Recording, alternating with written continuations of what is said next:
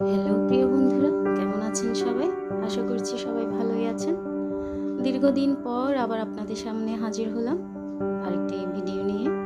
আসলে বিভিন্ন কারণে আমার এতদিন ভিডিও আপলোড করা হয়নি, বিভিন্ন পারিবারিক সমস্যার কারণে। তো আজ করে দেখাবো ফিশ ফ্রাই। তো ফিশ ফ্রাই করার জন্য আমি এখানে তেলাপিয়া মাছ নিয়েছি। তেলাপিয়া মাছটা যেহেতু দেখতেও সুন্দর লাগে, প্লাস এটা ভাজলে খেতেও ভালো লাগে। তো তেলাপিয়া মাছ সচরাচর রান্নার থেকে ফ্রাইটাই ভালো লাগে বেশি সবার। তো এর জন্য আমি প্রথমে তেলাপিয়া মাছ নিয়েছি। তো এখন এখানে একটা লেবু চিপে রস বের করে নিচ্ছি। তো এখানে একটা ছোট সাইজের একটা লেবু পুরোটাই রস দিয়েছি, যেহেতু মাছের পরিমাণ অনুসারে লেবুর রসটা কম বেশি নেবেন আপনারা আপনাদের পরিমাণ মতো। তো এখানে দিয়ে দিলাম মাছের মশলা। তো মাছের মশলা যে কোনো দোকানেই পাওয়া যায়, যে কোনো ব্র্যান্ডের ইউজ করতে পারেন। তো এখানে আমি মাছের অনুসারে মশলাটা দিয়েছি, লেবুর রসের সাথে ভালো করে এটা মিশিয়ে নিচ্ছি। এখন এখানে দিয়ে দিলাম স্বাদ মতো লবণ।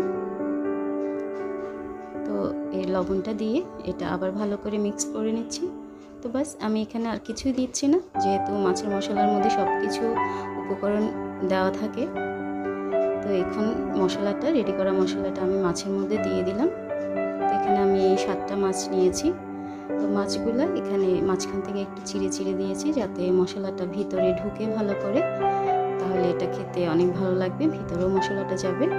তো এটা ভালো করে মেখে আমি 1 ঘন্টার জন্য রেস্টে রেখে দিব, যাতে মশলাটা ভিতরে স্যুট করে নেয়। তো 1 ঘন্টা পর আমি এটা ফ্রাই করে নিচ্ছি। তো এটা আমি এখন ফ্রাই করতে দিয়ে দিলাম। তেলটা আমি আগেই গরম করে নিয়েছিলাম।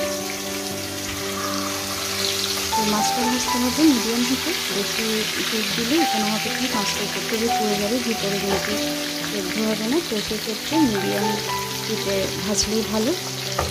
তো উল্টে পাল্টে এটা আমি মিডিয়াম হিটে ভেজে নিচ্ছি।